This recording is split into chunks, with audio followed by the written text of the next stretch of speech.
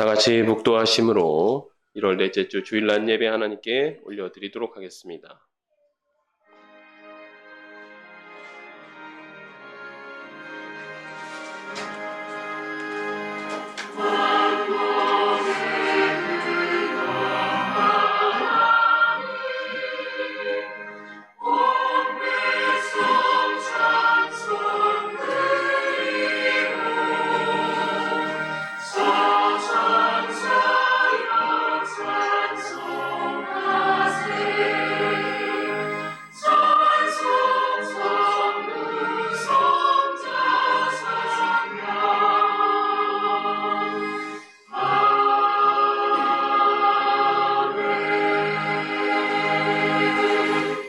아멘. 하나님은 영이시니 예배하는 자가 영과 진리로 예배할지니라. 다 함께 일어나셔서 찬송 9장 함께 부르시도록 하겠습니다.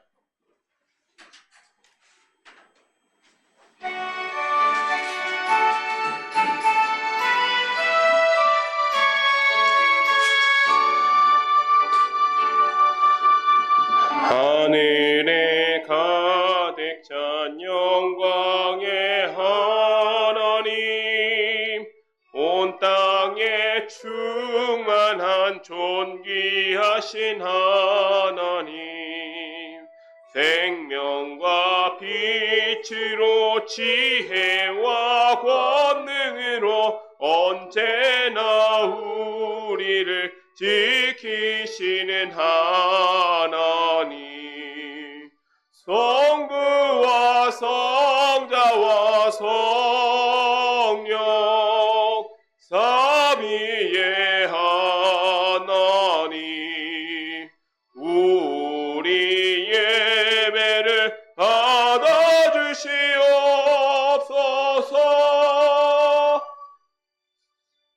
사랑이 넘치는 자비하신 하나님, 은혜가 풍성한 구원의 하나님, 자회의 심령에 평안을 주시었고 죄악과 허물을 용서하여 주소서. 찬송과 영광과 생명 구원의 하나님, 우리 예배를 받아주시옵소서.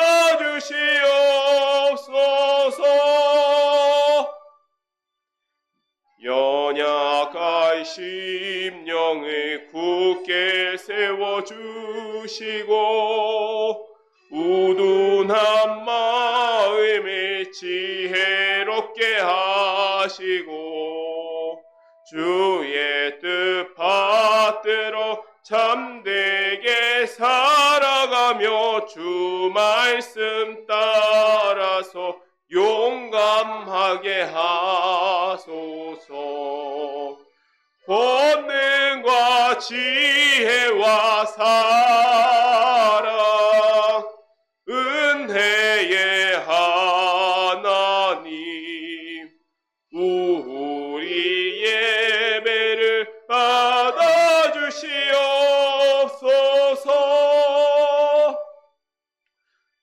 주 앞에 나올 때 우리만 기쁘고 그 말씀 힘되어 새 희망이 솟는다.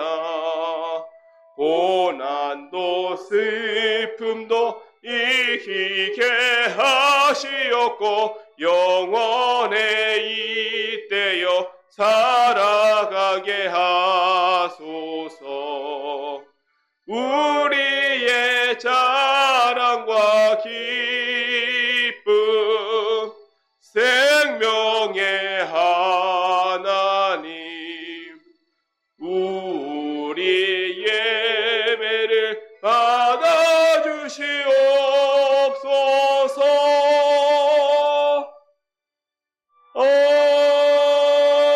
아멘. 시간 성시교독 28번, 교독문 28번 함께 교독하시도록 하겠습니다. 교독하시겠습니다.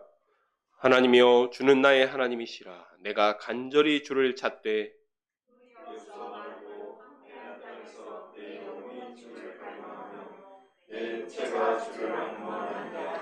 내가 주의 권능과 영광을 보기 위하여 주의 인자하심이 생명보다 나음으로 이러므로 나의 평생의 주를 송축하며 골수와 기름진 것을 먹은 것 같이 나의 입이 기쁜 입술로 주를 찬송하되 내가 나의 침상의 주를 기억하며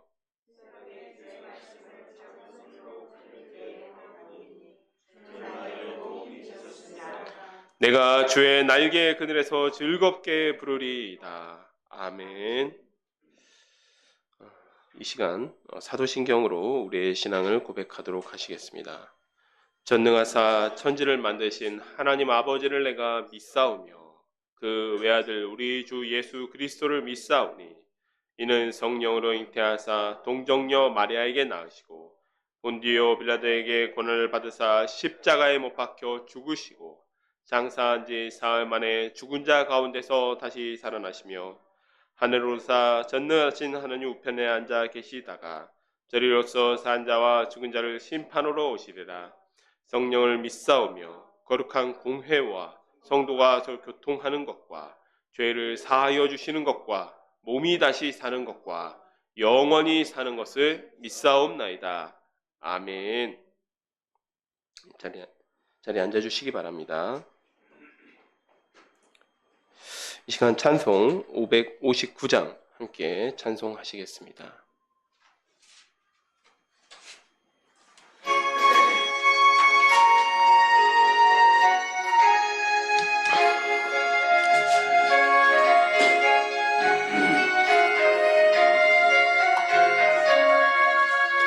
사천의 봄바람 불어있고 하나님 아버지 모셨으니 믿음의 반석도 든든하다. 우리 집 즐거운 동산이라. 고마워라 임마누엘, 예수만 섬기는 우리 집. 고마워라 임마누엘, 복되고 즐거운 하루하루. 어버이 우리를 고이시고 동기들 사랑에 뭉쳐있고 기쁨과 서름도 같이하니 한간의 초가도 천국이라. 고마워라 임마누엘, 예수만 섬기는 우리 집. 고마워라 임마누엘, 복되고 즐거운 하루하루. 아침과 저녁에 수고하여 다 같이 일하는 온 식구가 한 상에 둘러서 먹고 마셔. 여기가 우리의 낙원이라. 고마워라 임마누엘, 예수만 섬기는 우리 집. 고마워라 임마누엘. 보복되고 즐거운 하루하루. 이 시간 이은주 성도님 나오셔서 우리를 대표하여 기도 인도해 주시겠습니다.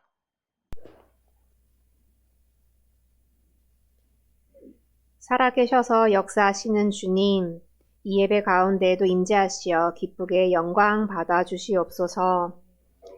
어지럽고 혼란스러운 세상 가운데서 감사하게도 주님 안에 거할 수 있는 은혜를 베풀어 주시고 오늘도 예배자로 부르심에 참으로 감사를 드립니다.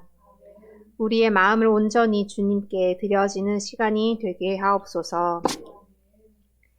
우리가 주님의 뜻을 구하기보다는 여전히 생각의 습관대로 살아가는 저희를 있는 그대로 보듬어 주시는 하나님 아버지, 이 시간 주님 앞에 모든 것 내려놓고 겸손히 십자가 앞에 서게 하여 주옵소서. 다시금 정결한 마음 허락하여 주심으로 주님을 향한 마음이 날마다 새롭게 하여 주시고 우리의 약함이 하나님의 강함을 나타내는 도구가 되게 하옵소서. 이 나라에 멈추지 않는 혼란 가운데 더욱 주님 앞에 무릎 꿇기를 원합니다. 순교자의 피와 신앙의 선조들의 눈물로 세워주신 이 나라와 민족을 긍휼히 여겨주심으로 우리의 모든 기도와 문제가 주님의 시간에 주님의 선한 인도하심으로 완성되게 하여 주시옵소서. 창세전부터 친히 우리를 택하여 주셨고 그리스도의 자녀가 되는 권세를 주셨습니다. 모든 것은 주님의 뜻대로 이루어지는 것임을 다시금 깨닫고 주님 주신 진리의 말씀을 따라가는 삶을 살도록 인도하여 주시옵소서. 우리 샤론교회 하나님께서 묶어주신 사랑의 공동체를 허락하심을 감사드립니다. 모든 헌신하는 이들을 기억하여 주시고 주님의 사랑과 화평케 하심이 우리 샤론교회 안에 충만하게 하옵시며 모두가 한 마음으로 아름답게 교회를 세워가는 우리 모두가 되게 하옵소서. 오늘도 말씀을 전하실 전도사님 견고히 붙들어 주셔서 말씀을 준비하고 전하시는 모든 시간 성령 충만함으로 함께 하여 주시고 듣는 저희들 깨닫는 은혜 주셔서 더욱 믿음이 성장하는 시간이 되게 하옵소서. 이 시간 온라인으로 드리는 예배 처소에도 동일한 은혜 주시길 원하오며 우리의 소망이 되시는 거룩하신 주 예수 그리스도 이름으로 기도드렸습니다.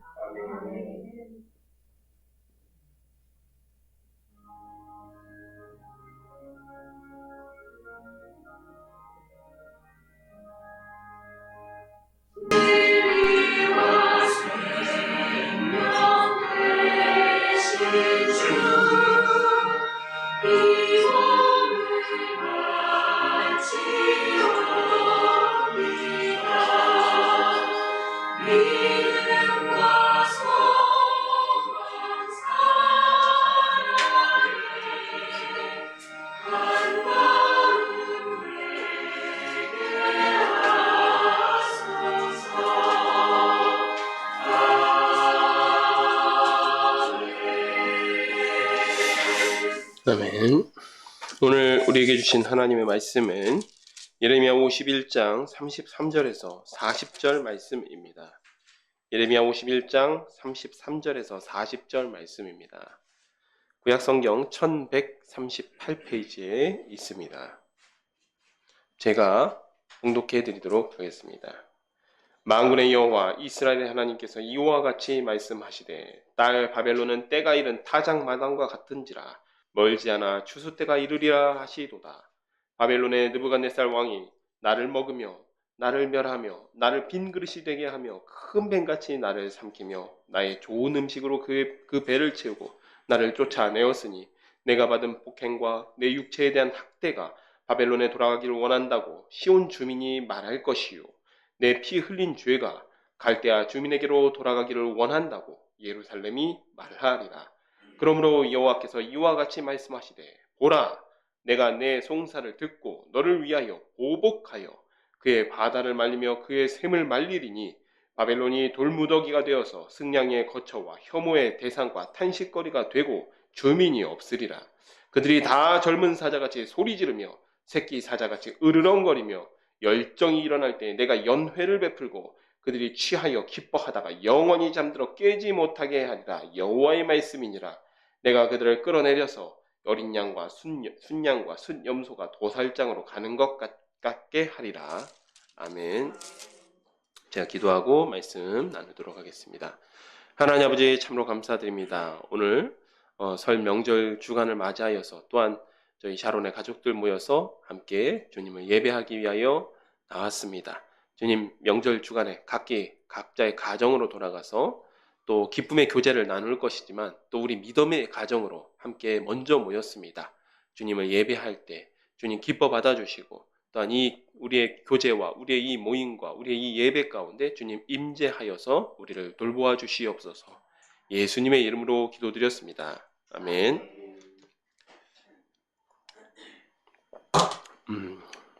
이제 지난주에 저희는 이방을 심판하시는 하나님의 말씀을 살펴보았습니다. 예레미야서의 가장 마지막 단원이죠. 가장 끝단원이 이방에 대한 심판들로 채워져 있습니다. 애굽에서부터 시작했죠. 이집트에서부터 시작해서 블레셋, 모압, 암몬, 에돔, 여기까지는 이스라엘 주변 국가.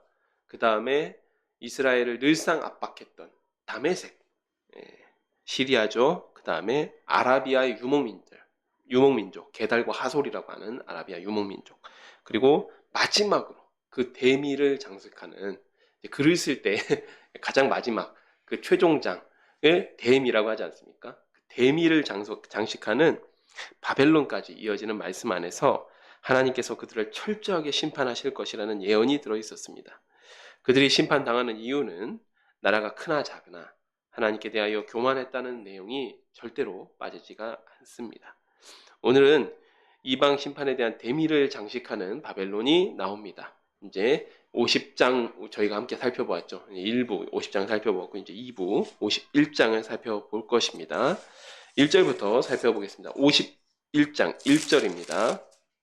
여호와께서 이와 같이 말씀하시되 보라 내가 멸망시키는 자의 심령을 부추겨 바벨론을 치고 또 나를 대적하는 자 중에 있는 자를 치되 내가 타국인을 바벨론에 보내어 키질하여 그의 땅을 비게 하리니 재난의 날에 그를 에워싸고 치리로다. 활을 당기는 자를 향하여 갑옷을 입고 일어선 자를 향하여 쏘는 자는 그의 활을 당길 것이라. 그의 장정들을 불쌍히 여기지 말며 그의 군대를 전멸시키라. 무리가 갈대아 사람의 땅에서 죽임을 당하여 엎드려질 것이요 환통상을 당한 자가 거리에 있으리라. 이스라엘과 유다가 이스라엘의 거룩하신 이를 거역함으로 죄가가 땅에 가득하나 그의 하나님 만군의 여호와에게 버림받은 호라비는 아니니라. 바벨론 가운데서 도망하여 나와서 각기 생명을 구원하고 그의 죄악으로 말미암아 끊어짐을 보지 말지어다. 이는 여호와의 보복의 때니 그에게 보복하시리라. 바벨론은 여호와의 손에 잡혀 있어 온 세계가 취하게 하는 금잔이라. 문민족이 그 포도주를 마심으로 미쳤도다. 바벨론이 갑자기 넘어져 파멸되니 이로 말미암아 울라. 그 상처를 위하여 유황을 구하라. 혹 나으리로다. 우리가 바벨론을 치료하여 하여도 낫지 아니한즉 버리고 각기 고향으로 돌아가자. 그 화가 하늘에 미쳤고 궁창에 달하였음이로다. 여호와께서 우리 공의를 드러내셨으니 오라 시온에서 우리 하나님 여호와의 일을 선포하자. 화살을 갈며 둥근 방패를 준비하라. 여호와께서 메대 왕들의 마음을 부추기사 바벨론을 멸하기로 뜻하시나니 이는 여호와께서 보복하시는 것 곧 그의 성전을 위하여 보복하시는 것이라.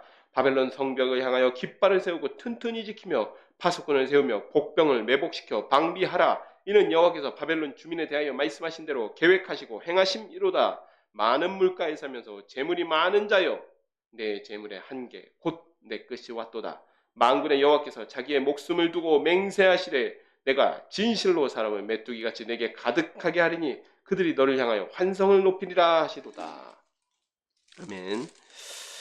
이 50장의 주 내용이 바벨론의 종노릇을 하던 이스라엘은 포로에서 풀려나고 또 그들을 압제하던 바벨론을 심판하신다는 내용이었습니다. 그런데 이 51장 초반부, 이 14장까지 초반부는 하나님께서 이방 나라를 동원해서 바벨론을 심판하시겠다라는 예언입니다. 1절을 보면 하나님께서 멸망시키는 자의 심령을 부축해서 바벨론을 치게 하신다라고 이야기되어 있습니다. 근데 여기서 이 같은 대상을 뜻하는 단어가 다른 단어로서 여러 번 반복이 됩니다. 제가 짚어드린 곳을 한 번씩 봐주시기 바랍니다. 1절 멸망시키는 자, 그리고 여기는 이제 이 멸망시키는 자라는 말은 이제 메데 페르시아라는 말이죠. 그 표현이 각 절마다 등장하는데 2절 타국인, 그리고 3절은 약간 헷갈리실 수가 있는데 활을 당기는 자를 향하며 갑옷을 입고 일어선 자를 향하여, 여기는 그 메데 페르시아 군대를 이야기하는 게 아닙니다. 그 뒤에 나오는 쏘는 자, 그들을 향하여 활을 쏘는 자가 메데 페르시아 군대입니다. 그러니까 이 사람들 앞에서 나와서 활을 당기고 갑옷을 갖춰 입은 사람들은 이 바벨론 도성을 수비하고 있는 바벨론 군대를 이야기하는 거고, 그들을 향하여서 쏘는 자가 이 바벨론을 심판하러 오는 메데 페르시아 군대입니다. 자, 그리고 4절 페르시아 군대, 그래서 그 군대가 페르시아 군대의 화살에 관통을 당해서 쓰러지는 자가 많도다라고 이야기하고 있지요. 자, 그렇게 해서 하나님께서 다른 나라의 군대를 동원해서 이 바벨론을 심판하시겠다라는 말씀을 하고 계십니다. 5절에서 10절은 하나님께서 이스라엘을 용서하시고 바벨론에서 돌아오게 하신다라는 말씀이죠. 근데 이 5절에 사실 약간 저도 이제 읽으면서 살짝 이 단어가 왜 쓰였을까라고 살짝 헷갈렸던 단어가 있는데, 이게 호랍이라는 단어입니다. 우리 보통 호랍이를 누구한테 쓰죠? 보통 이제 일찍 이제 뭐 아내를 떠나보낸, 그래서 이제 아내가 없는 남자를 호랍이라고 하지 않습니까?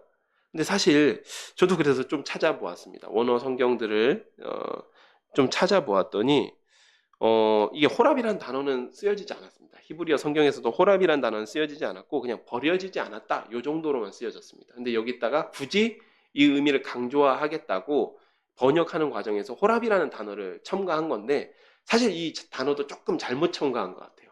그러니까 단어는, 의미는 강조되었는데, 그러면 하나님과 이스라엘의 관계를 생각해 보았을 때 어떤 단어가 들어가는 게 맞겠습니까? 여기에 호랍이보다는 차라리 과부가 맞겠죠. 그러니까 버려지지 않은 과부처럼 하면, 이미 이사야서에서 하나님께서 어떻게 이야기하시죠? 이스라엘을 내가 버리지 않았다, 버림받았다가 다시 찾아온 헵시바 이야기하지 않습니까? 헵시바 이야기를 하면서 버림받았다 다시 찾아왔다라고 했을 때 아마도 이 단어는 약간 의미가 잘못 전달된 것 같다라는 이해를 하시면 좋을 것 같습니다. 그래서 어차피 의미 자체는 다른 대상에 사용되지만 의미 자체는 통하기 때문에 과부로 읽어주셔도 무방할 것 같습니다. 네, 그런 아쉬움이 있다는 거죠. 그래서 7절에 바벨론이 한때는 하나님의 심판의 금잔이었다라고 말씀하고 있습니다.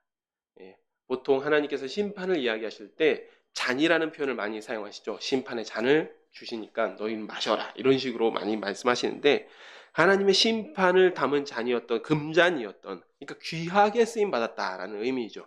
귀하게 쓰임 받았던 그 바벨론이 그 잔으로, 심판의 잔으로 문 나라를 취하게 하였다. 그러니까 모든 나라들을, 앞서 언급된 이집트, 에돔, 암몬, 모압, 다메섹, 아라비아의 유목민족들, 그 모든 나라를 심판하는 도구, 잔을 마시게 취하게 하였던 자가, 귀하게 사용되었던 도구가 바벨론이었는데, 이제는 그가 치료할 수 없는 중상을 입었다라고 말씀하고 있습니다. 8절에 보면 그 상처를 위하여 유향을 구하라 혹 나으리로다. 유향은 이제 그 일종의 이제 향균 역할, 또 부패 방지 역할을 하는 이제 그런 약품이죠. 예수님께도 발랐던 그런 약품인데, 그러니까 보통 이제 치료약으로 사용되던 건데, 유향을 발라라 혹 나으리라, 이거는 약간 조롱하는 표현입니다. 한번 찾아봐, 약 바르면 나을 수도 있겠지라고 이야기하는 거는 절대 낫지 못한다는 이야기죠. 절대 바벨론이 낫지 못하고 반드시 패망하게 된다라는 말씀을 하고 있습니다. 그래서 바로 이어서 나옵니다. 우리가 바벨론을 치료하여도 9절에 낫지 아니한 죄야. 그러니까 이제는 포기하고 각기 고향으로 돌아가자라고 말씀하고 있죠. 결국 이렇게 바벨론이 어느 날 갑자기 망하게 되어서 이스라엘이 고향으로 돌아오게 됩니다. 11절을 보면 하나님께서 이제 다시 구체적으로 말씀하십니다. 메대 왕들의 마음을 부추겨서 하나님의 성전을 불태우고 약탈하고 했던 바벨론에 대한 보복을 하십니다. 13절에 많은 물가에 사는 자들이라는 말은 이 바벨론 도성, 이 원래 바벨론 성이 유브라데스 강 유역에 자리를 잡았습니다. 그리고 이 넘치는 국력을 통해서 이 유브라데스 강의 이 관계 수로들을 정비하였다고 합니다. 그래서 지금은 많이 남아있지는 않지만 이 저수지라든지 인공 호수라든지 이런 것들을 굉장히 많이 만들어 놓은 것이죠. 왜 그랬겠습니까? 그렇게 해야 농사가 잘 지어지겠죠. 농사를 짓는데 유리한 부분이 있기 때문에 그렇기 때문에 그렇게 했고 또 그런 수로를 통해서 정복지의 많은 나라로부터 조공을 받았던 나라가 바벨론이었습니다. 그러니까 그런 수로를 통해서 쌓아 올렸던 부가 누구에 의해서 메데 페르시아의 연합군에 의해서 모두 다 약탈된다라고 말씀합니다. 7절 하나님의 심판의 금잔으로 누려왔던 부와 권세를 하나님의 심판으로 모조리 다 잃게 되는 것이죠. 15절부터 다시 살펴보도록 하겠습니다. 여호와께서 그의 능력으로 땅을 지으셨고 그의 지혜로 세계를 세우셨고 그의 명철로 하늘들을 펴셨으며 그가 목소리를 내신즉 하늘에 많은 물이 생기나니 그는 땅 끝에서 구름이 오르게 하시며 비를 위하여 번개를 치게 하시며 그의 곳간에서 바람을 내시거늘 사람마다 어리석고 무식하도다. 금장색마다 자기가 만든 신상으로 말미암아 수치를 당하나니 이는 그 부어 만든 우상은 거짓이요 그 속에 생기가 없음이라. 그것들은 헛된 것이요 조롱거리이니 징벌하시는 때에 멸망할 것이나 야곱의 분깃은 그와 같지 아니하시니 그는 만물을 지으신 분이요 이스라엘은 그의 소유인 지파라. 그의 이름은 만군의 여호와시니라. 아멘. 이 말씀은 하나님을 향한 하나님의 일 찬미하고 찬송하는 내용이죠. 딱 보아도 하나님 창조주 하나님, 항상 이 성경을 보면요, 하나님을 찬미하고 찬양할 때 항상 가장 서두에 나오는 말들이 대부분은 창조주 하나님의 그 권능을 찬송하는 일입니다. 창조주 하나님의 그 권능을 찬송하는데, 근데 갑자기 이 내용이 왜 들어왔냐면 하나님은 이 악한 나라 그리고 우상 숭배하는 나라, 이 바벨론을 심판하시는 것이 하나님을 향한 찬미이며 하나님의 영광이 된다는 내용입니다. 그러니까 하나님께서 역사를 주관하는 하나님께서 들어 사용하셨기 때문에 어느 날 갑자기 바벨론이라는 나라가 그 고대 근동의 패자로서 자리를 잡게 되었습니다. 그러면 이들이 하나님에 대한 감사함을 깨닫고 하나님을 찬양하고 찬미하였다라면 하나님께서 오래도록 귀히 쓰셨을 텐데 이들이 자기 힘에 취해버렸단 말이죠. 그리고 자기들의 우상, 자기들의 손으로 만든 우상, 지난주에 말씀드렸던 벨이라는 신이 있었고 누보라고 하는 신도 있었고 여러 신들이 있었다라고 했죠. 근데 그 신들을 숭배하고 자기 손으로 만든 우상들을 숭배했다라는 것입니다. 그렇기 때문에 하나님께서 그들을 벌하셨을 때 그 벌하시는 일, 심판하시는 일이 하나님께 대하여 하나님의 영광이 되었고 하나님을 찬미하는 일이 되었다라고 말씀하고 있는 것입니다. 자, 20절부터는 하나님에 대한 하나님께서 바벨론을 심판하시는 이 일이 하나님께서 보복하시는 일이라는 것을 분명하게 이야기하고 있습니다. 하나님께서 보복하시는 일이라는 것이 나와 있는데 어떤 것에 대해서 하나님께서 보복하시는지 생각하시면서 살펴보면 더 의미가 잘 전달될 것 같습니다. 20절부터 먼저 살펴보겠습니다. 여호와께서 이르시되 너는 나의 철퇴 나 곧 무기라. 나는 내가 나라들을 분쇄하며 내가 국가들을 멸하며 내가 말과 기마병을 분쇄하며 내가 병거와 병거대를 부수며 내가 남자와 여자를 분쇄하며 내가 노년과 유년을 분쇄하며 내가 청년과 처년을 분쇄하며 내가 목자와 그 양떼를 분쇄하며 내가 농부와 그 멍에소를 분쇄하며 내가 도백과 태수들을 분쇄하도록 하리로다. 너희 눈앞에서 그들이 시온에서 모든 악을 행한 대로 내가 바벨론과 갈대아 모든 주민에게 갚으리라. 여호와의 말씀이니라. 여호와의 말씀이니라. 온 세계를 멸하는 멸망의 사나 보라. 나는 내 원수라. 나의 손을 내 위에 펴서 너를 바위에서 굴리고 너로 불탄 산이 되게 할 것이니 사람이 내게서 집 모퉁이 돌이나 기초토를 취하지 아니할 것이요 너는 영원히 황무지가 될 것이니라. 여호와의 말씀이니라. 땅에 깃발을 세우며 나라들 가운데 나팔을 불어서 나라들을 동원시켜 그를 치며 아라랏과 민니와 아스그나스 나라를 불러 모아 그를 치며 사무관을 세우고 그를 치되 극성스런 메뚜기같이 그 말들을 몰아오게 하라. 뭇백성 곧 메대 사람들의 왕과 그 도백들과 그 모든 태수와 그 관할하는 그 모든 땅을 준비시켜 그를 치게 하라. 땅이 진동하며 소용돌이 치나니 이는 여호와께서 바벨론을 쳐서 그 땅으로 황폐하여 주민이 없게 할 계획이 섰습니다. 바벨론의 용사는 싸움을 그치고 그들의 요새에 머무르나 기력이 쇠하여 여인같이 되며 그들의 거처는 불타고 그 문밑장은 부러졌으며 보발꾼은 보발꾼을 맞으려고 달리며 전령은 전령을 맞으려고 달려가 바벨론 왕에게 전하기를 그 성읍 사방이 함락되었으며 모든 나라는 빼앗겼으며 갈대밭이 불탔으며 군사들은 겁에 질렸더이다 하리라. 하나님께서요 바벨론에 대해서 하나님의 원수라고 선포를 하고 시작을 합니다. 25절 바벨론에 대한 심판의 일성이 나오는 게 나는 내 원수다라고 이야기하십니다. 하나님께서 바벨론을 원수로 선언하신 것이죠. 이제 현대 국가들은 전쟁 전에 어떻게 합니까?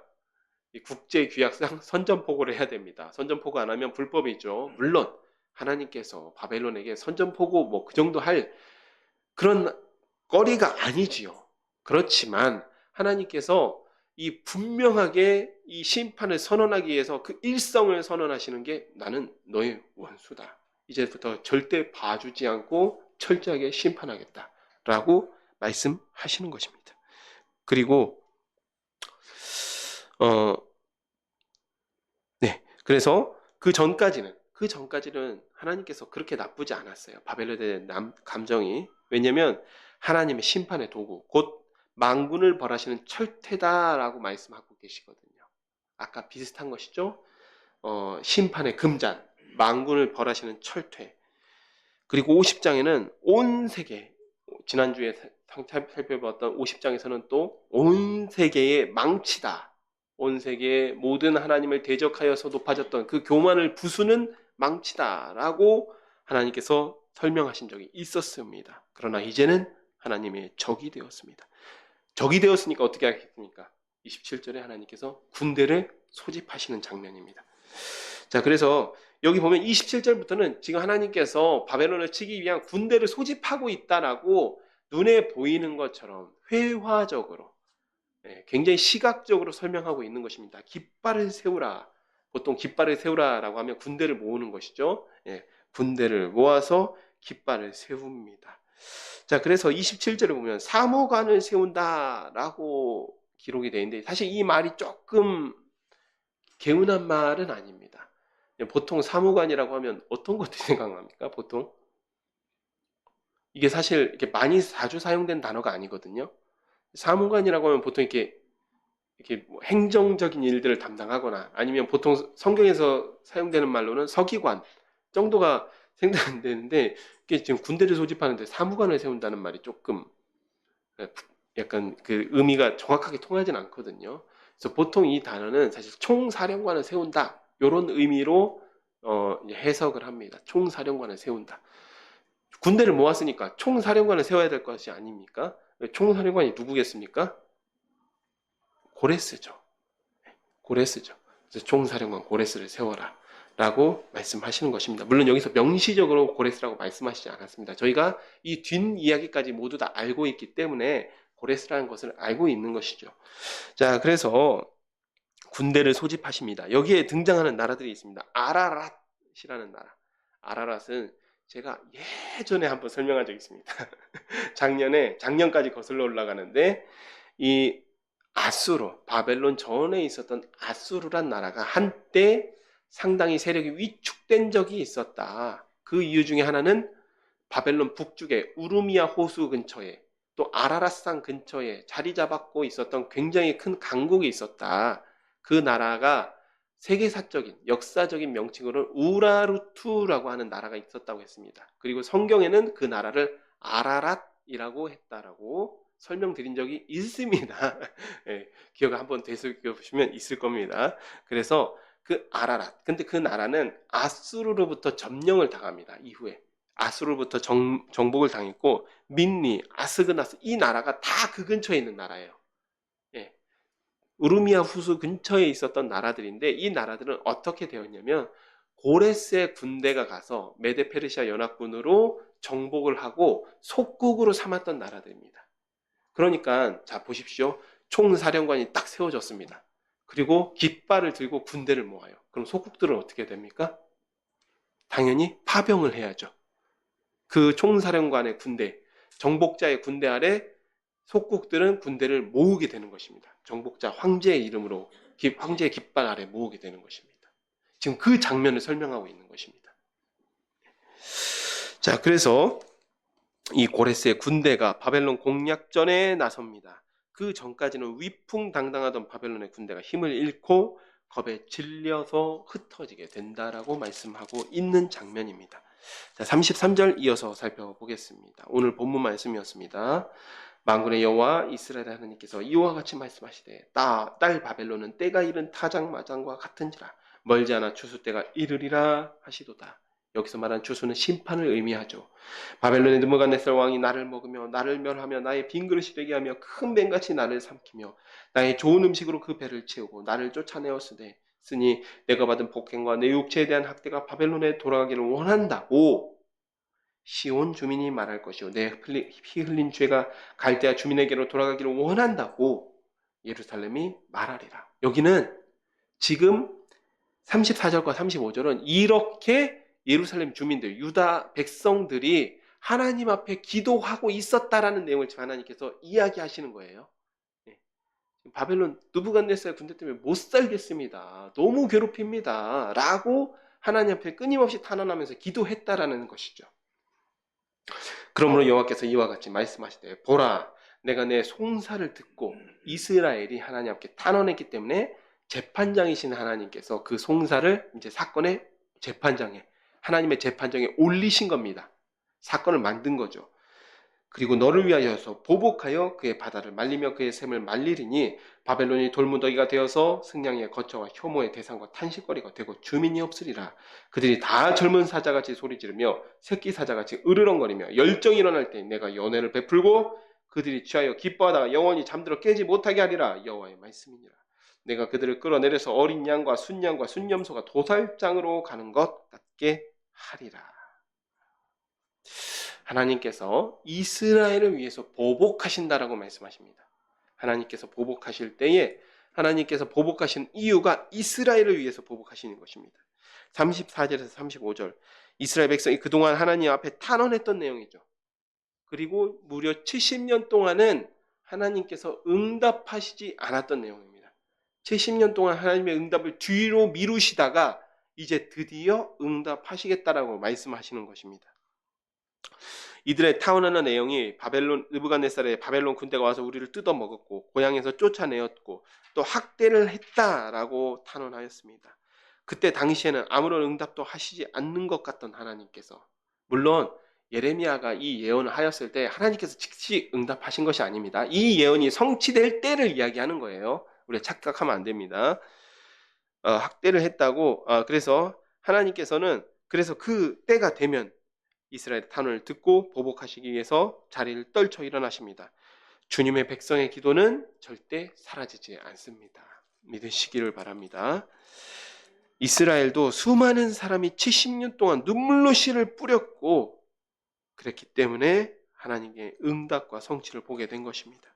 우리도 우리 욕심이 아닌 옳은 일을 할 때 하나님 나라의 그 의를 구할 때 절대 낙심하지 말고 기도하시길 축원합니다. 그래야 반드시 하나님의 때가 이르렀을 때 하나님께서 영광 중에 응답으로 이루실 것입니다.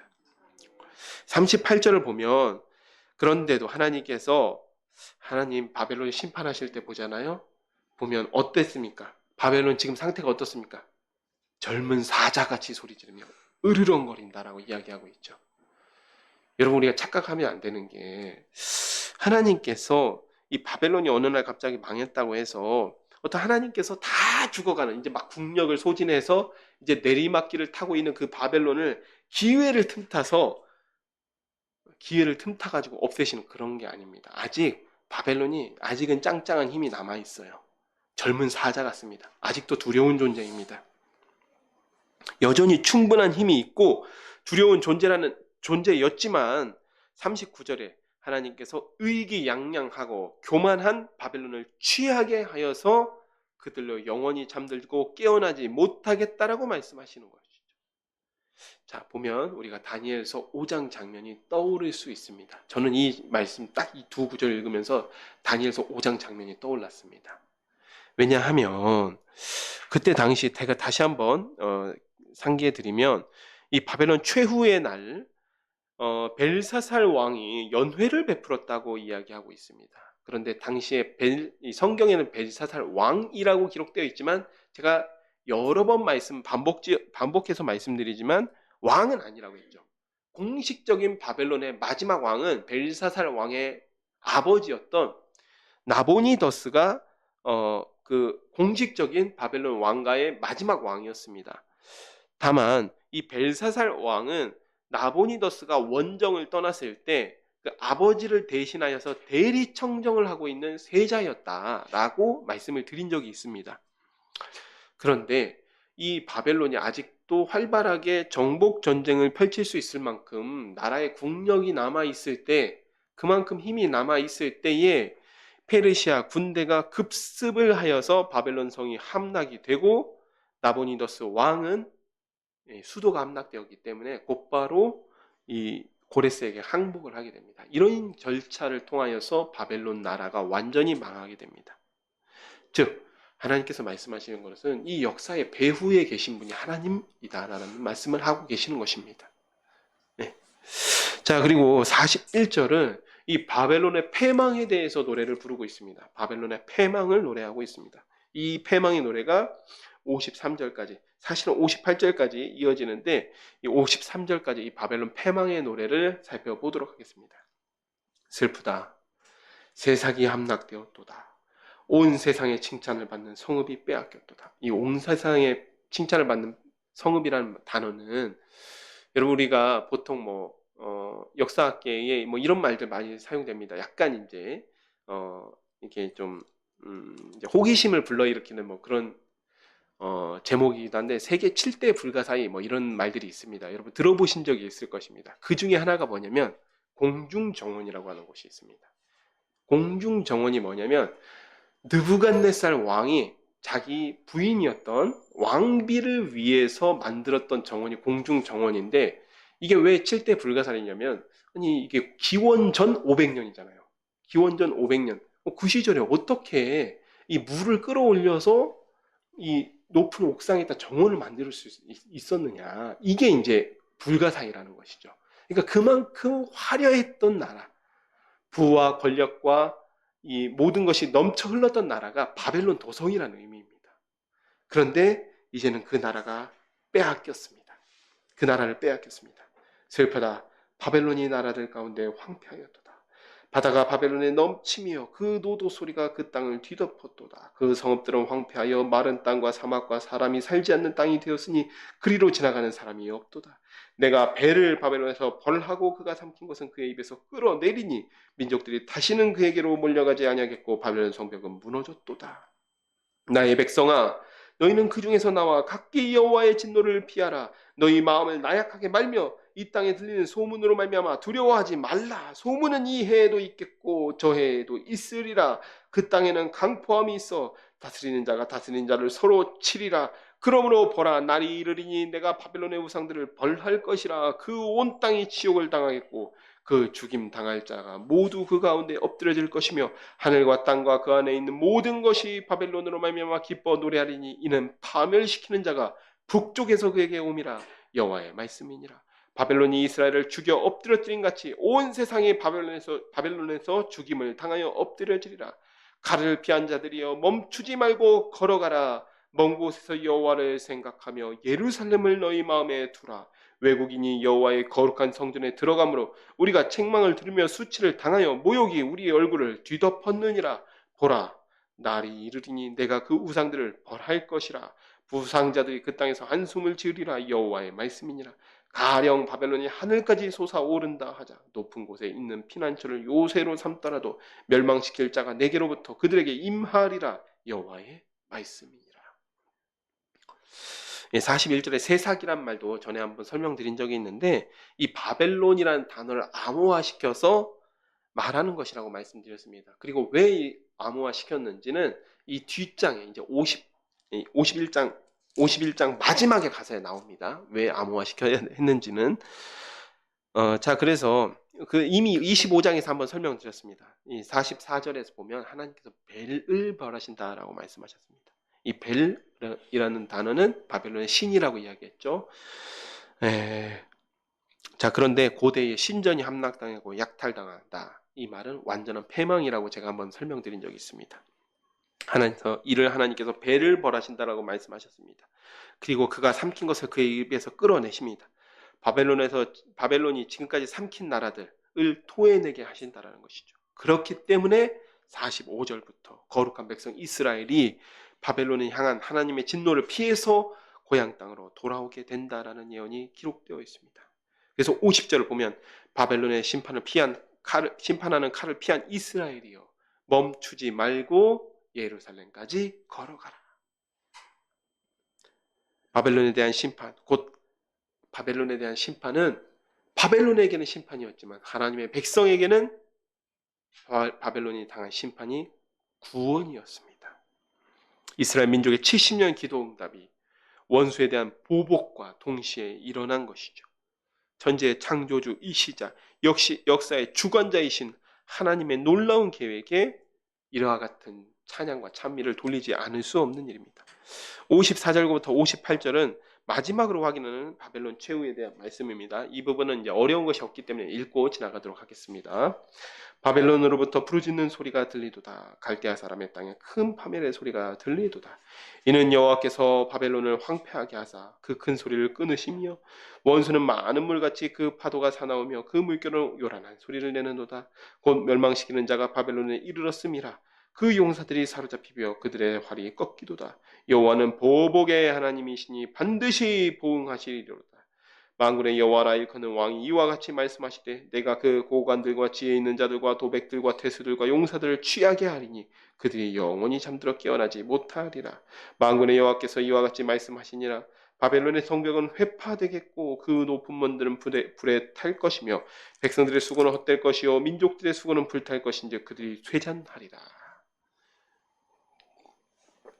이제 59절 보겠는데 이거는 이 예언의 배경입니다. 이 예언이 어떤 상황에서 하나님께서 이 계시가 임하였고 그리고 그 뒤 이 예언, 이 계시를 어떤 식으로 처리하였다. 처리라는 말이 좀 이상하지만 선포하였다라고 하는 내용까지가 이 지금 후일담이라고 할 수 있죠. 보통 소설에서는 에필로그라고 하는데 이 에필로그에 해당되는 장면입니다.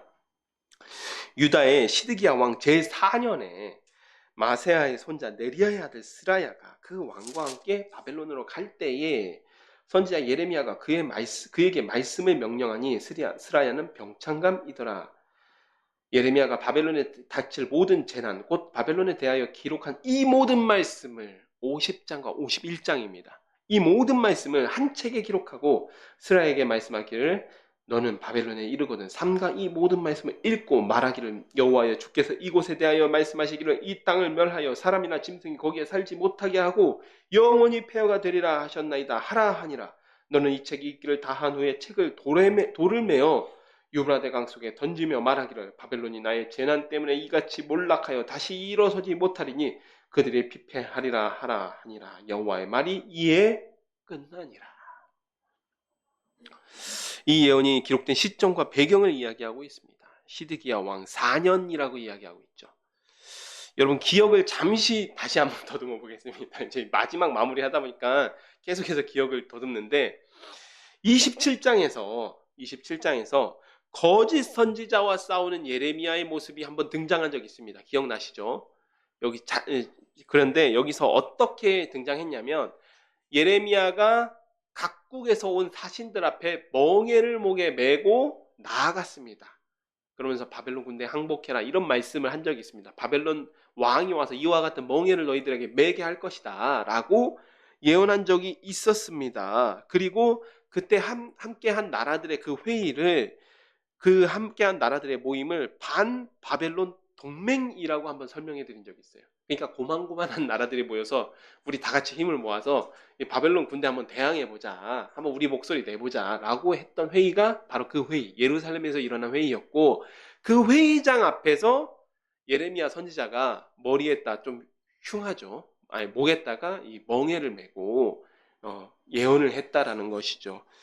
그런데 여러분 예레미야 28장 1절에 이때 27장에는 이 시기가 안 나오는데 28장 1절에 이때가 시드기야 4년이라고 기록이 되어 있습니다. 무슨 말씀인지 정리를 해보면 시드기야 4년에 반바벨론 동맹이 예루살렘에서 그 회의가 있었고 그 앞에서 예레미야가 멍에를 메고 예언을 했다라는 것이죠. 그런데 시드기야 4년에 다시 이 바벨론의 멸망에 대한 계시가 예레미야에게 임하였다라는 것입니다. 이해되셨죠? 전체 스토리가 이해되셨죠? 자, 그리고 그런데 여러분 바벨론이 어떤 나라입니까? 고대 근동의 패권 국가였고 예루살렘에도 친바벨론 인사들이 있었습니다. 그 얘기는 이 반바벨론 동맹에 대한 이야기가 느부갓네살 왕의 귀에 들어간 겁니다. 그러니까 어떻게 되겠어요? 바로 청문회해야죠. 그러니까 청문회 하려고 지금 시드기야를 불러 올린 겁니다. 시드기야, 요즘에 시드기야 너 그 예루살렘에서 좀 이상한 소리가 들리던데 와서 좀 해명을 해야 될 것 같은데 하니까 시드기야가 이제 여기 보면 마아세야의 손자 네리야의 아들 스라야 이 수행원을 대동하고 지금 바벨론으로 지금 소환돼서 가고 있는 중입니다. 바로 그 시드기야의 수행원이었던 네리야의 아들 스라야에게 이 예언의 말씀을 부탁했다라는 것이죠. 그런데 여기 보면 이 네리야의 아들 스라야는 누구냐면 이 인물이 바로 예레미야의 비서였으며 예레미야서를 기록했던 바룩의 친형제입니다. 네리야의 아들 바룩, 네리야의 아들 스라야, 바룩의 친형제였어요. 그러니까 바룩의 친형제가 시드기야 왕을 호종해서 요 바벨론에 소환되어서 가니까 가장 믿을 만한 인물에게 이 계시의 말씀을 부탁한 겁니다. 왜냐하면 위험하잖아요. 지금 바벨론 도성으로 가고 있는데 바벨론이 망한다라는 예언, 요 긴 예언을 그 손에 붙들려서 가게 되는 겁니다. 그러니까 가장 믿을 만한 인물에게 부탁한 것이고 그렇기 때문에 여기에 세삭이라는 단어를 사용한 겁니다. 그래서 마지막으로 부탁하기를 이 책을 다 읽어보시고 그리고 나서는 유브라데 강속에 던져버리십시오. 왜요? 그것이 바로 표징이 되는 것이죠. 나중에 70년 후에 물론 이때는 이제 70년보다 조금 더 흐른 후지만 70년 후에 하나님께서 그 바벨론을 벌하실 날에 이 말씀이 이 땅에 이 강에 던져진 이 말씀처럼 반드시 이 바벨론 나라는 멸망할 것입니다. 라는 것을 표징으로서 보여주는 이야기입니다. 이게 에필로그로서 후일담으로서 이 바벨론에 대한 멸망의 예언 가장 뒤편에 기록되어 있는 것입니다. 자, 다시 이제 결국에는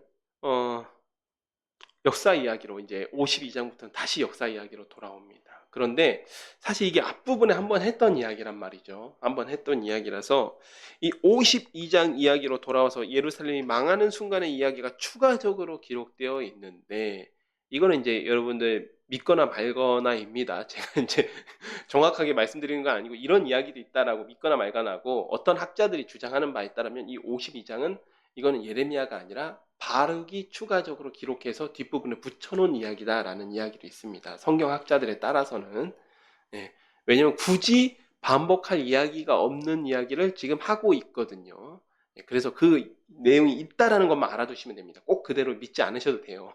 그건 이제 그리고 이제 52장을 한번 읽어보겠습니다. 이미 앞에서 이야기한 내용이기 때문에 빠르게 넘어가도록 하겠습니다. 시드기야가 왕위에 오른 때 나이가 21세라 예루살렘에서 11년 동안 다스리니라. 그의 어머니의 이름은 하무달이라 림나인 예레미야의 딸이더라. 그가 여호야김의 모든 행위를 본받아 여호와 보시기에 악을 행한지라. 여호와께서 예루살렘과 유다에 진노하심이 그들을 자기 앞에서 쫓아내시기까지 이르렀더라. 시드기야가 바벨론 왕을 배반하니라. 시드기야 제9년 열째 달 열째 날에 바벨론 왕 느부갓네살이 그의 모든 군대를 거느리고 예루살렘으로 치러 올라와서 그 성에 대하여 진을 치고 주위에 토성을 쌓으며 그 성이 시드기야 왕 제11년까지 포위되었더라. 그의 넷째 달 9일에 성중에 기근이 심하여 그 땅의 백성의 양식이 떨어졌더라. 자, 여러분들, 예레미야가 늘상 예루살렘에 대해서 어떻게 예언하였습니까? 칼과 기근과 연병에 망한다. 자, 그 성벽이 파괴되며 모든 군사가 밤중에 그 성에 나가 두 성벽 사이 왕의 동상 견문길로 도망하여 갈대아인들이 그 성읍에 에워쌌으므로 그들이 아라바 길로 가더니 갈대아 군대가 그 왕을 뒤쫓아가서 여리고 평지에서 시드기야를 따라잡으며 왕의 모든 군대가 그를 떠나 흩어진지라. 그들이 왕을 사로잡아 그를 하마 땅 리블라에 있는 바벨론 왕에게 끌고 가매 그가 시드기야를 신문하니라. 바벨론 왕이 시드기야의 아들들을 그의 눈앞에서 죽이고 또 리블라에서 유다의 모든 구관을 죽이며 시드기야의 두 눈을 빼고 노사슬로 그를 결박하여 바벨론 왕이 그를 바벨론으로 끌고 가서 그가 죽는 날까지 오게 가두었더라. 딱 예루살렘 함락 시점의 이야기입니다. 이미 BC 시드기야 9년, 그러니까 주전 588년 예루살렘 성이 포위되어서 주전 586년 4월에 함락이 됩니다. 그러니까 횟수로는 3년인데 18개월을 버틴 겁니다. 18개월을 버티고 결국 기근이 심해져서 성중에 양식이 떨어져서 성벽이 함락이 됩니다. 그리고 시드기야는 당당하게 바벨론 군대에 맞선 것이 아니라 도주하다가 멀리도 도망 못 가고 여리고 평지에서 붙잡혀서 두 눈이 빠지는 벌을 받고 바벨론으로 압송을 됩니다. 근데 여러분, 이 11절을 보면 이 시드기야는 죽는 날까지 옥에 갇혔다라고 기록되어 있거든요. 예. 그런데 여호야긴 왕, 시드기야 왕에게는 자기 조카죠.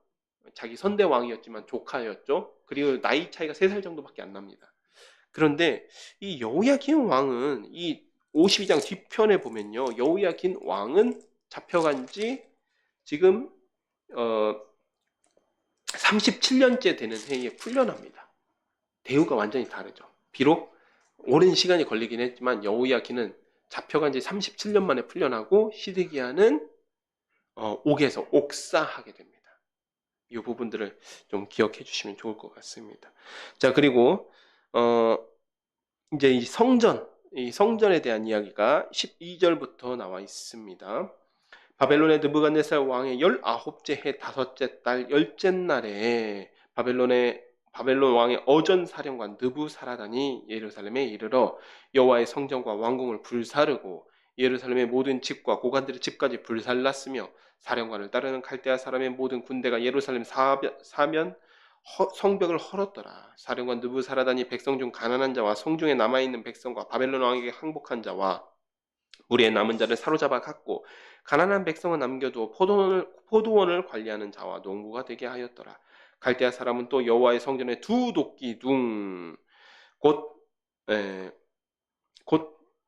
두 녹기동과 받침들과 여호와 성전의 놋대야를 깨뜨려 그 놋을 바벨론으로 가져갔고 가마들과 부삽들과 부집개들과 주발들과 숟가락들과 성길대에 쓰는 모든 놋그릇을 다 가져갔고 사령관은 잔들과 화로들과 주발들과 솥들과 촛대들과 숟가락들과 바리들과 곧 금으로 만든 물건에 금과 은으로 만든 물건에 은을 가져갔더라. 솔로몬 왕이 여호와의 성전을 위하여 만든 두 기둥과 한 바다 그 받침 아래에 있는 12놋소 곧 이 모든 기구의 놋 무게는 헤아릴 수 없었더라. 그 기둥은 한 기둥의 높이가 18규빗이요 그 둘레는 12규빗이며 그 속이 비었고 그 두께는 4손가락 두께이며 그 기둥에 놋머리가 있어 그 높이가 5규빗이요 머리 사변으로 돌아가며 꾸민 망사와 석류가 다 놓으시며 또 다른 기둥에도 이런 모든 것과 석류가 있었더라. 그 사면에 있던 그 석류는 96개요 그 기둥에 있는 둘린 그물 위에 있는 석류의 도합이 100개였더라. 결국 하나님의 성전에 남아있던 모든 기물까지도 약탈당하는 상태로 끝나는 것이죠. 사령관이 대제사장 스라야와 부제사장 스바냐와 성전 문지기 세 사람을 사로잡고 또 성 안에 사람들을 사로잡으니 곧 군사를 거느린 지휘관 한 사람과 또 성중에서 만난 왕의 내시 7명과 군인을 감독하는 군 지휘관의 서기관 하나와 성 안에서 만난 평민 60명이라. 사령관 느부사라단은 그들을 사로잡아 리블라에 있는 바벨론 왕에게 나아가매 바벨론 왕이 하마 땅 리블라에서 다 쳐 죽였더라. 이와 같이 유다가 사로잡혀 본국에서 떠났더라. 네. 이렇게 해서 예루살렘 성이 함락된 그해 5월에 한 달이 걸렸습니다. 한 달 만에 왕궁과 성전이 불타고 약탈됩니다. 이 17절 이하는 좀 이렇게 주저리 많이 말을 하는 것처럼 보이지만 왜 이렇게 이야기를 하냐 보면 약탈된 성전 기물에 대해서 자세히 기록하고 있죠. 이렇게까지 자세히 기록하냐 다 아는 내용 아니야? 라고 할 수 있지만 그 이유가 있습니다. 역시 여러분 거짓 선지자들과 다시 싸울 때로 돌아가 보면요. 예레미야가 이런 이야기를 한 적이 있습니다. 이 바벨론 동맹 앞에서 이제 거짓 선지자들은 거짓말하는 거죠. 그래서 곧 2년 만에 하나님께서 우리 백성들 잡혀간 그 여호야김 왕 때 2차 포로 때 사로잡혀간 백성들 다 돌아오게 할 것입니다라고 거짓말하는 그 거짓 선지자들 앞에서 예레미야가 이런 말을 합니다. 너희가 진짜 선지자라면 바벨론 왕이 다시 와서 그나마 남겨두고 간 무거워서 가지고 가지도 못한 이 성전 기물들이 다시 약탈되지 못하도록 기도해야 될 거 아니냐. 어찌 그렇게 거짓말을 하냐. 라고 이야기한 적이 있습니다. 기억나십니까? 27장에 기록되어 있습니다. 나중에 이제 예배 끝나고 시간 나실 때 한번 살펴보셨으면 좋을 것 같습니다. 그런데 52장의 이 내용은 봐라. 바벨론 왕이 와서 그때 예언된 그대로 다 가져갔다. 그때는 무거워서 가지고 가지도 못했던 성전의 두 기둥, 뭡니까? 야긴과 보아스. 그 두 기둥마저 다 가져갔고, 여기 놋대야라고 기록되어 있는데 이건 놋바다죠. 재물을 씻었던 그 놋바다, 그리고 그 놋바다를 받치고 있던 그 놋소들 다 가져갔다. 성전 기물들 모조리 다 약탈당했다. 그 얘기를 하고 있는 겁니다. 그러니까 이렇게 자세히 기록하고 있는 거예요.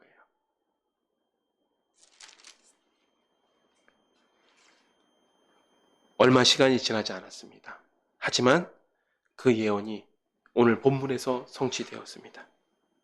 그리고 이제 마지막은 바벨론 포로의 현황과 여호야긴 왕의 석방에 대한 기록입니다. 이 부분 한번 읽어보겠습니다. 느부갓네살 왕이 사로잡아간 백성이 이러하니라. 제7년에 유다인이 3023명이요. 느부갓네살의 18째 해에 예루살렘에서 사로잡아간 자가 832명이요.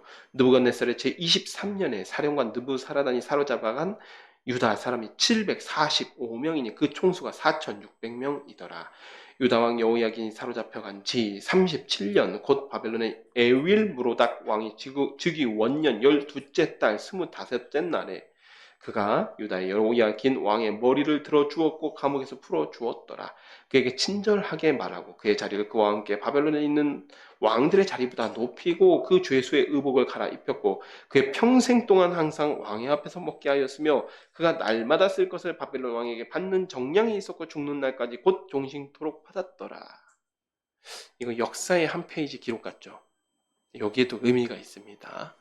자, 보면 예루살렘 여기서 눈여겨 볼 만한 구절들이 있는데 먼저 28절에 느부갓네살 28절 맞죠? 28절에 느부갓네살 7년에 사로잡힌 포로가 3023명이라고 기록되어 있습니다. 맞습니까? 예, 그런데 열왕기하 24장 14절 16절 이제 예배 후에 한번 찾아보셨으면 좋겠는데 제가 자꾸 이제 숙제를 여러 개 내드리고 있죠. 예, 참 송구스럽습니다.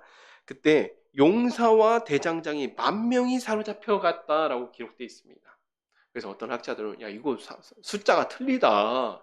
이거 다른 애 아니냐라고 주장하는 학자들도 있어요. 그런데 그러니까 이거 다른 사건 같다라고 주장하기도 하지만 그런데 다른 가능성도 있습니다. 다른 가능성도 있는 게 첫 번째 가능성은 이제 남자의 수만 세웠을 가능성이 있어요. 이스라엘 숫자 계수할 때 남자의 숫자만 세죠. 남자의 수만 세웠을 가능성이 있고 또 다른 가능성은 이게 특정 계층만 세웠을 가능성이 있습니다. 예를 들어서 그 1만 명의 포로 중에 여기 보면 용사, 그러니까 군인의 숫자가 7,000명이라고 하고 있거든요. 그럼 나머지 숫자가 3,000명, 얼추 맞죠? 그러니까 정확하게 1만 명이 아니기 때문에 정확하게 1만 명이 아니라 대략 1만 명이지 않습니까? 그렇죠? 정확하게 숫자 세가지고 한 명, 저 1번부터 시작해서 만 번호 끝 한 게 아니기 때문에 대략적으로 보면 7,000명의 군인, 나머지 계층이 한 3,000명 정도 3,023명이었다. 여긴 정확하게 이렇게 계산했을 가능성이 있습니다. 그래서 이 두 부분은 크게 이 두 부분이 서로 사실관계가 어긋나거나 한다라고 보기는 어렵습니다. 이 부분은 이제 그렇게 지적하는 분들이 있기 때문에 제가 설명드린 부분입니다. 자, 그리고 다음으로 우리가 주목해야 될 부분이, 여러분, 우리가 여기 포로가 발생된 시점이 느부갓네살 7년, 18년, 23년이라고 기록되어 있죠. 여기 지금 3차, 3번 기록되어 있습니다. 그러면 우리가 언뜻 생각해 보면, 바벨론이 3번에 걸쳐서 쳐들어왔으니까 1차, 2차, 3차 포로 숫자를 이야기하나 보다 라고 생각할 수 있는데, 아닙니다. 여러분, 왜냐면 이게 지금 느부갓네살의 통치 해를 지금 기록하고 있죠. 정확하게 기록하고 있죠. 첫 번째는 느부갓네살 7년, 그 다음엔 느부갓네살 18년, 그 다음에 23년이라고 기록하고 있습니다. 맞습니까? 제가 지금 제대로 본 게 맞죠? 자, 그러면 느부갓네살 7년에 무슨 일이 있었냐? 느부갓네살 7년이 유대력으로 치면 여호야김 4년입니다. 그러면 이때는 죄송합니다. 다시 이 7년이 여호야김 11년입니다. 즉 여기서 첫 번째로 언급된 느부갓네살 7년에 유다인이 사로잡혀간 3023명은 2차 포로예요. 1차 포로가 없습니다. 여기에는 1차 포로에 잡혀간 사람들 대표적인 인물 누구였죠? 다니엘이었죠. 다니엘이 포로 잡혀간 사건은 아예 기록하지 않았어요. 여기서는. 그리고 에스겔이 잡혀간 2차 포로부터 기록하고 있습니다. 자, 그럼 한 명 남죠. 하나 남죠. 그러면 7년이 그러니까 느부갓네살 제7년이 2차 포로입니다. 그리고 11년이 흐른 느부갓네살 제18년. 그러니까 시드기야 11년에 예루살렘이 망한 겁니다. 이해되시나요? 지금? 그러니까 조금 제가 말을 너무 길게 해서 어렵다면 좀 헷갈리실 수 있는데, 느부갓네살 7년, 제일 처음에 기록된 게 2차 포로고, 그 다음에 느부갓네살 18년이 3차 포로라는 겁니다.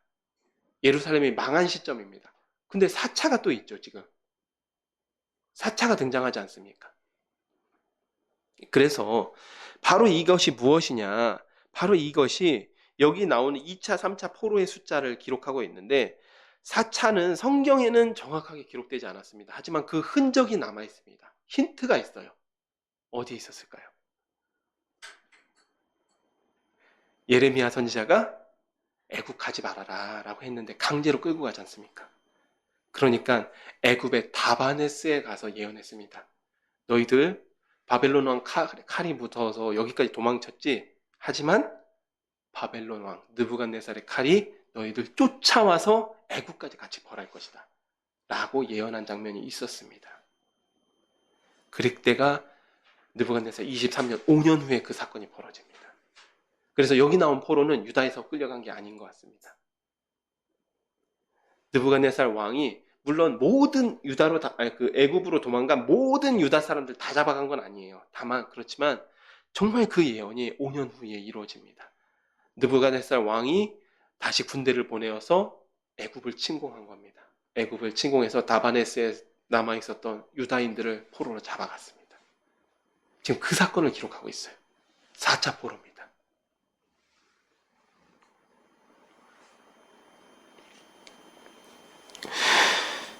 그리고 31절 이하 사건도 굉장히 중요한 사건입니다. 여호야긴 왕에 대한 기록입니다. 포로된 지 37년 만에, 사로잡혀간 지 37년 만에 여호야긴 왕이 복권됩니다.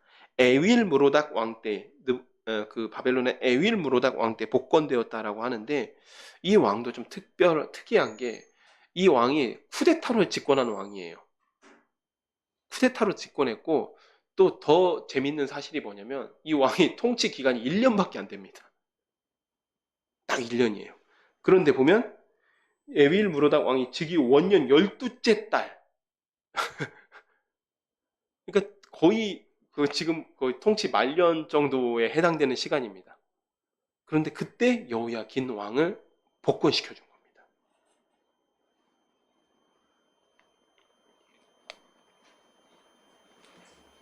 이 기사가 중요한 이유는 여호야긴 복권 자체가 이스라엘의 회복을 회복에 대한 말씀이 시작되는 시점이기 때문이기도 합니다. 첫 번째로는 그런 이유가 있고, 두 번째로는 더 중요한 이유가 있습니다. 우리가 알듯이 여호야김 왕의 자손 중에 누가 있습니까? 가깝게는 수룹바벨이 있었죠. 수룹바벨이 있었습니다. 바로 이스라엘 포로 귀환 공동체를 이끌었던 유다의 총독 수룹바벨이 있었습니다. 물론 본문을 기록한 시점에서는 수룹바벨까지는 내다볼 수 없었어요. 하지만 하나님께서 이 기사를 기록하게 하신 이유에는 수룹바벨을 염두에 두셨기 때문에 이 여호야긴 왕이 복권되었다라는 기사가 예레미야서의 가장 마지막, 그리고 열왕기하사의 가장 마지막에 기록되어 있는 것입니다. 자, 그리고 그로부터 더 나아가면, 14대를 더 나아가면 바로 수룹바벨의 후손, 다윗 왕의 후손이었고, 수룹바벨의 후손으로 바로 그 다윗 왕가의 계보를 이어서 태어난, 그렇지만 시골 목수의 가문에서 태어난 우리 예수님께서 그 백성을 죄에서 구원하시기 위해서 이 땅에 오셨다라는 기사가 마태복음 1장에 기록되어 있습니다. 하나님께서는 이 모든 이야기를 다 하실 수는 없었지만, 왜냐하면 너무 후대의 이야기라서 이 모든 이야기를 다 하실 수 없었지만, 그 이야기를 끌고 나오는 그 서두에 해당되는 말을 예레미야서의 가장 마지막에 여호야긴의 복권이라는 기사로서 기록해 놓은 것입니다. 그래서 이 기사가 중요하다는 이야기를 하는 것이죠. 그때 당시에 사람들은 몰랐을 거예요. 하지만 이 성경을 기록하게 하신 하나님은 이 모든 이야기를 다 알고 계시기 때문에 이 기사를 기록하게 하신 것이죠. 사랑하는 샤론의 가족 여러분, 이렇게 해서 예레미야서가 대단원의 막을 내렸습니다. 눈물의 선지자 예레미야, 정말 그 말이 해당되는 말이죠. 그렇게 잘 어울릴 수가 없는 사람이었습니다. 예레미야처럼 자기 민족을 정말 사랑했던 사람 드문 것 같습니다. 하지만 끝없이 자기 민족으로부터 공격을 당했고 죽음과 단 한 걸음뿐인 삶을 살았던 인물입니다. 다만 그의 사역 초반에는 요시야라는 이스라엘 역사에 몇 없는 거칠한 인물과 함께 했었고, 또 사역의 기쁨을 맛보았습니다. 요시야라는 사람은 말하는 그대로 행하는 사람이었거든요. 말하는 그대로 너무너무 하나님을 사랑해서 하나님의 말씀 그대로 있는 그대로 행했던 인물이 요시야였습니다. 그리고 그 요시야를 지도하는 기쁨을, 그 요시야와 함께하는 기쁨을 누렸던 것이 예레미야 사역 초반이었습니다. 그러기에 요시야가 무기또에서 전사했을 때 예레미야는 애가를 지어서 그의 죽음을 애도하기도 했습니다. 하지만 야속하게도 예레미야가 그나마 기뻤던 날, 보람을 느끼던 날은 거기까지였습니다. 그 후에는 환난과 핍박만이 그를 기다렸습니다. 그의 사역 후반부는 누구도 듣지 않는 말씀을 허공에 흩뿌리는 것 같은 날들이었습니다. 말 그대로 울며 수십 년간 씨를 뿌렸지만 그 열매를 거두는 모습은 보지 못했던 인물입니다. 심지어는 그의 말년조차도 원치 않았던 애굽 땅으로서 끌려가서 거기서 말년을 보냈던 인물이 예레미야입니다. 하나님의 사역을 함께 함에 있어서 우리 모두는 영광을 보기를 원하지요. 사실 그러지 않습니까? 누가 울며 씨를 뿌리길 원하겠습니까? 기쁨으로 단을 거두며 돌아오길 원하지 누가 울며 씨를 뿌리길 원하겠습니까?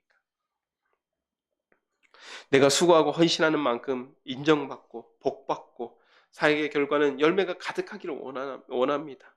그러나 예레미야 같은 인물, 이런 눈물의 선지자가 칠흑 같은 시기를 지탱해주지 않았다라면 유다에게, 이스라엘에게 영광의 순간도 없었을지 모릅니다.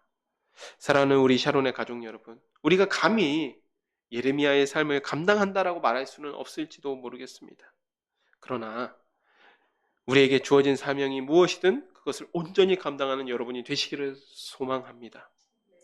또한 칠흑 같은 세상을 바라보면서 절망하기보다는 울면서라도 복음의 씨앗을 오늘 뿌리는 우리 샤론의 가족이 되시기를 축복합니다. 네, 제가 기도하고 말씀을 맺도록 하겠습니다. 기도하겠습니다. 하나님 아버지 감사드립니다. 오늘 함께했던 이 예레미야서의 끝까지 살펴보았습니다. 오늘 말씀 가운데 바벨론을 향한 하나님의 심판은 하나님의 보복하시는 날이라는 것을 분명하게 선언하시는 것을 보았습니다. 이스라엘 백성이 수십 년간 눈물로서 기도했던 그 기도가 사라지지 않았고 하나님 앞에서 그대로 차곡차곡 쌓여서 때가 이르렀을 때 하나님께서는 자비 없이 바벨론을 심판하셨고 그것이 이스라엘 백성의 구원이었습니다. 하나님, 이 예레미야도 마찬가지였습니다. 그의 인생 수십 년간 울며 씨를 뿌렸지만 그가 죽는 그 순간까지도 따뜻한 날이 없었고 칭찬받는 날이 없었고 인정받는 날이 없었습니다.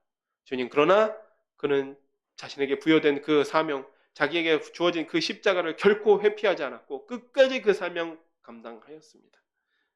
주님, 저희도 주님의 일을 함에 있어서 영광스러운 날을 보고 싶고 정말 사역의 결과를 보고 싶을 때가 많이 있습니다. 그렇지만 주님께 또다시 예레미야 같은 자가 칠흑 같은 그 시간을 감당해야 되는, 울며 씨를 뿌려야 되는 그런 예레미야 같은 자가 필요하다면 저희 샤론교회가 감히 그 일을 감당할 수 있기를 소원합니다. 불만하지 아니하고 어떠한 사명이든 주시는 대로 온전히 감당하는 샤론교회가 되게 하여 주시옵소서. 비록 이 땅에서 평가받지 못하고 인정받지 못하더라도 우리가 그 나라에 갔을 때 하나님께서 착하고 충성된 종아라는 칭찬 들을 수 있는 우리 샤론교회 되게 하시기를 소망합니다. 예수님의 이름으로 기도드렸습니다. 아멘. 이 시간 457장 함께 부르시면서 준비하신 예물 함께 하나님께 올려드리도록 하겠습니다.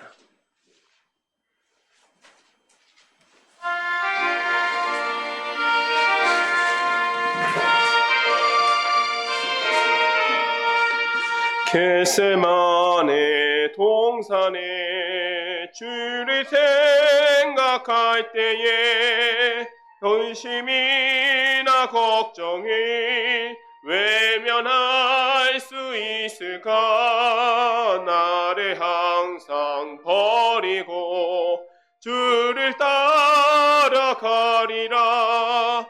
빌라도의 뜰에 선 주를 생각할 때에 땡과 아픈 것 못 견딜 수 있을까? 길이 찾고 묵묵히 주를 따라가리라. 갈보리산 올라간 주를 생각할 때에 나의 받는 괴로움이 비교할 수 없으니 십자가를 지고서 주를 따라가리라.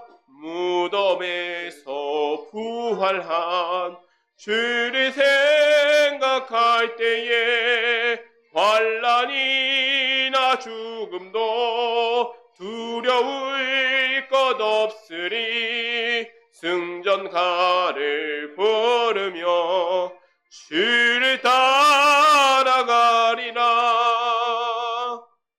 아멘. 드려진 헌금을 위해서 제가 기도하도록 하겠습니다. 하나님 아버지 감사드립니다. 오늘 또 이렇게 귀한 주일을 맞이하여서 주님 앞에 나와서 예배할 수 있게 하여 주시니 감사합니다. 주님, 저희가 각지에 있는 또 가족들, 친지들을 보기 전에 먼저 하나님 앞에 하나님을 보기 위해서 나왔습니다.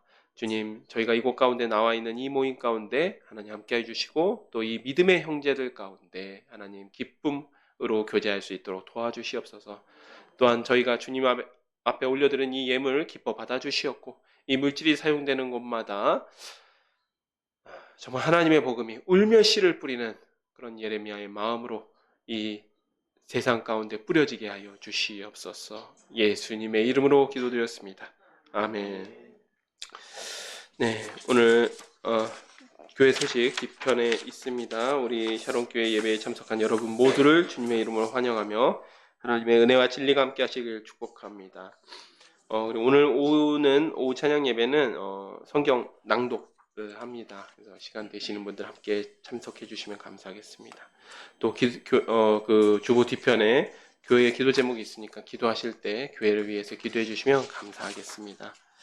그럼 다 같이 일어나셔서 3장 함께 찬송하시고 주기도문으로 예배를 마치도록 하겠습니다.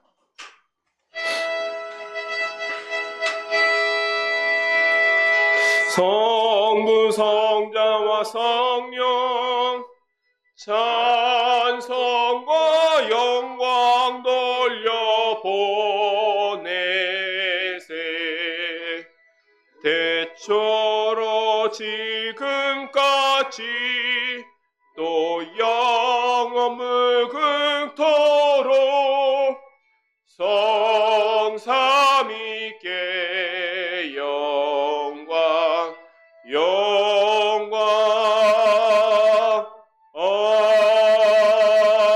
아멘. 하늘에 계신 우리 아버지여, 이름이 거룩히 여김을 받으시오며 나라가 임하시오며 뜻이 하늘에서 이루어진 것 같이 땅에서도 이루어지이다. 오늘 우리에게 일용할 양식을 주시옵고 우리가 우리에게 죄 지은 자를 사하여 준 것 같이 우리 죄를 사하여 주시옵고 우리를 시험에 들게 하지 마시옵고 다만 악에서 구하시옵소서. 내게 나라와 권세와 영광이 아버지께 영원히 있사옵나이다. 아멘.